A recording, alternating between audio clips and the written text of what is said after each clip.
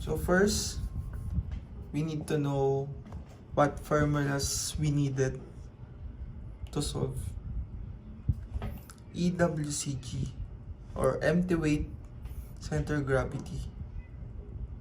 So yung formula na gagamitin lang natin is ang Formula 1. Pero sabihin nga rin yung ibang pwedeng formula na gagamitin. Nose wheel airplanes with the datum forward of the main wheel. CG is equal to D minus parenthesis F times L over W parenthesis. So formula 2, nose wheel airplanes with the datum of the main wheels. CG is equal to negative parenthesis D plus F times L over W parenthesis.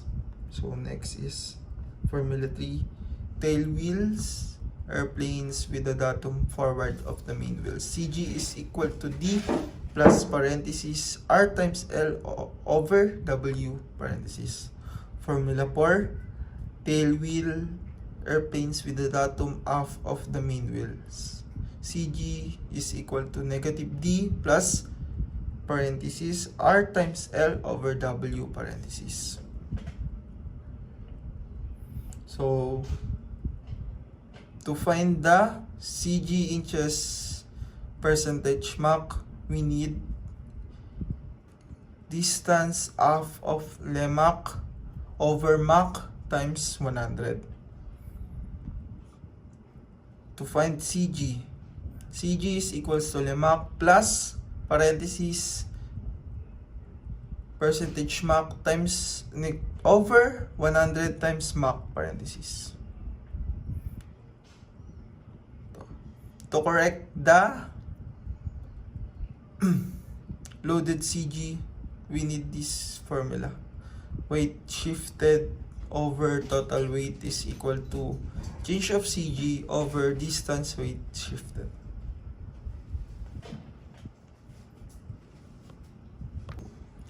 So now that we know the formulas that we needed to use, so here's the problem.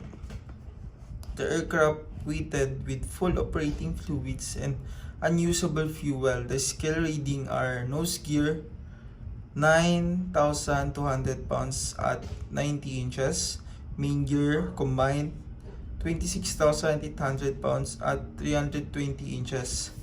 The aircraft is prepared for flight with the minimum required crew consisting of a pilot and a co-pilot with a combined weight of 360 pounds. So fuel on board consists of forward tanks 300 gallons, center tanks 400 gallons, rear tanks 200 gallons. Fuel weighs 6 pounds per gallon. Oil on board is 60 gallons, weighing 7.5 pounds per gallon. Cargo is loaded as follows. Compartment C, 3,000 pounds. Compartment F, 3,500 pounds. Compartment H, 4,000 pounds. Use the midpoint of each compartment range for arm. So this is our TCDS that we need to use on that problem.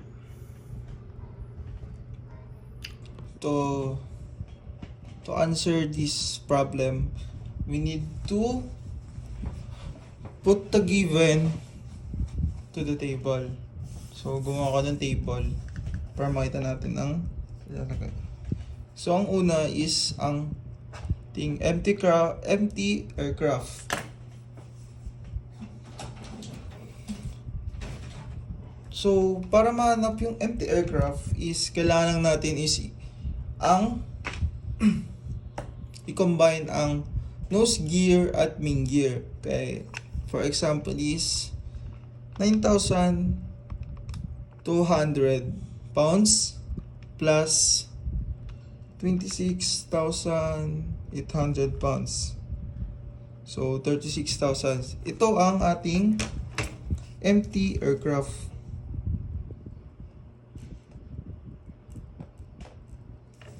So makikita man natin na given na ang weight ng crew, pilot plus co-pilot is 360 pounds. fuel forward. So, ang weight ng fuel is 6 pounds per gallon. Ang forward tanks ay merong 300 gallons. So, kailangan natin i-times ang 300 sa 6. Let's time this. 6 times 300. 1.8. At ganun din sa center tanks and rear tanks.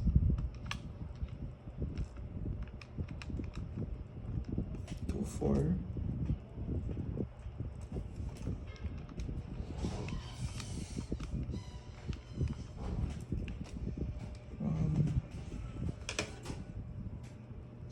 One, two. So, ang oil naman is 60 gallons, weighing 7.5 pounds per gallon.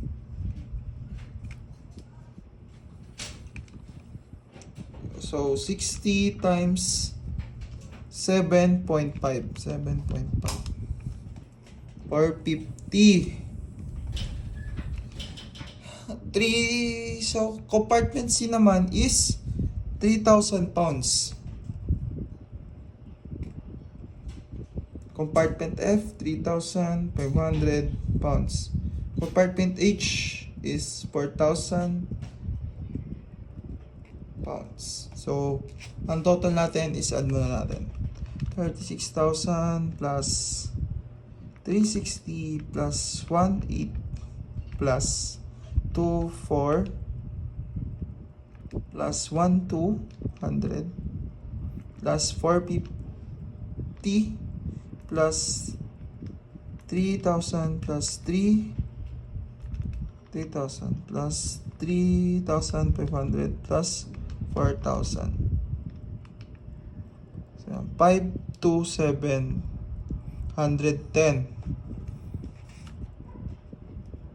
52,710. Yan ang ating total weight. So, ang gagawin natin para mahanap ang arm ng aircraft is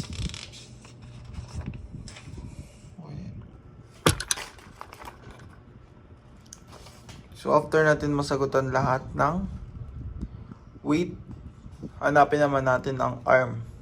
So, ang empty aircraft arm is mahanap mo siya sa EWCG or empty weight center gravity.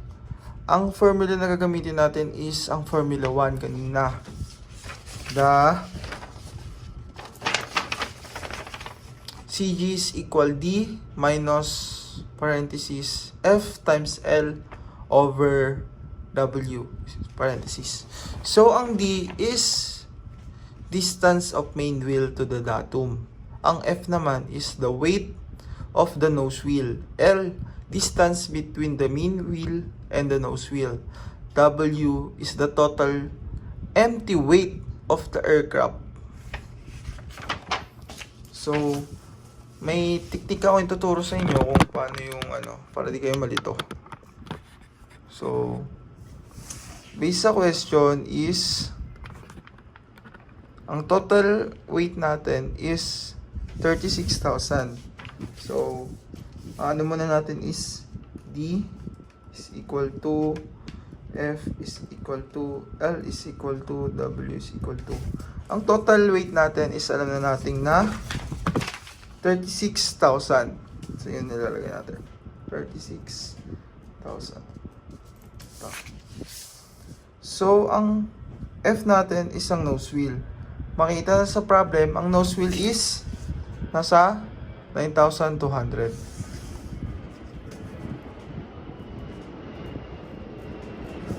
So, ayun, hanapin naman natin ang D or distance of the main wheel to the datum. So, para mahanap natin yan is kailangan natin ang hanapin natin ang arm ng empty weight. So, ang arm ng empty weight, gagamitin natin formula para mahanap yun is CG is equal to D minus parenthesis F times L over W parenthesis. So, ang D is distance of main wheel to the datum. F, the weight of the nose wheel. L, the distance between the main wheel and the nose wheel. W, total weight of the aircraft. Empty weight. So, let's put the givens.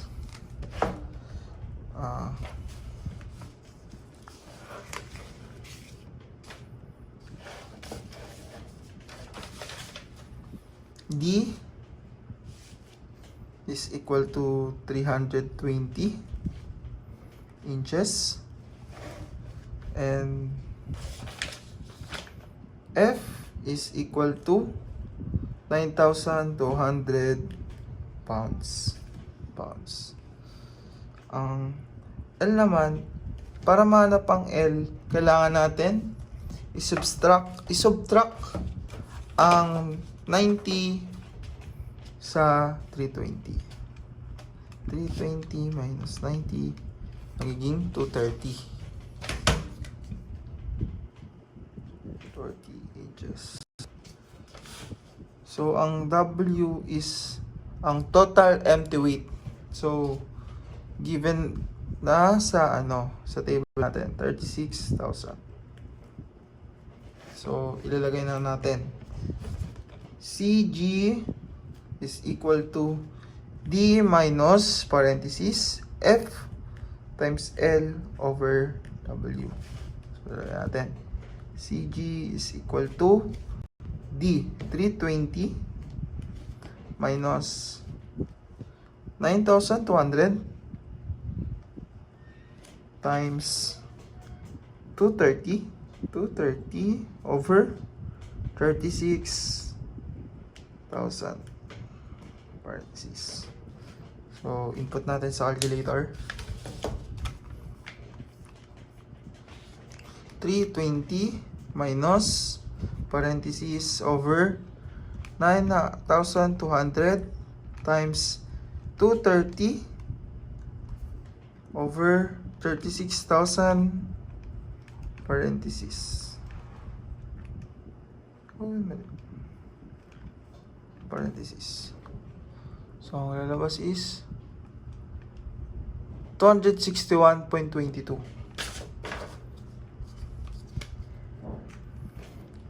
261.22. Ito ang empty EWCG natin. May ibang paraan naman para makuha din ng ang EWCG. Gaya ng table format. Gaya natin table format. So, sa table format,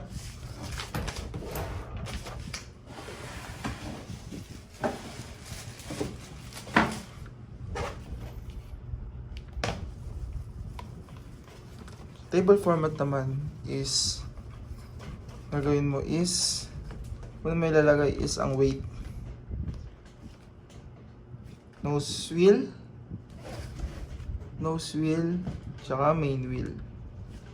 Ang weight ng nose wheel is 9,100 at tsaka ang arm niya is 90 inches.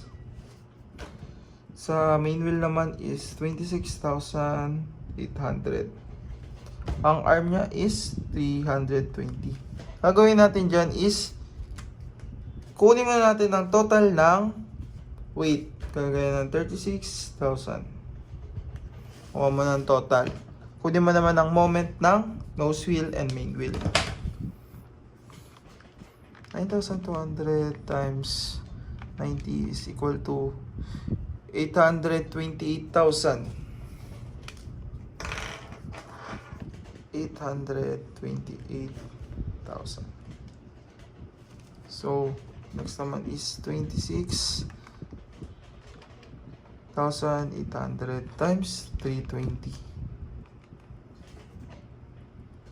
8,576,000. So, add na natin yung dalawang yan. 828,000. So,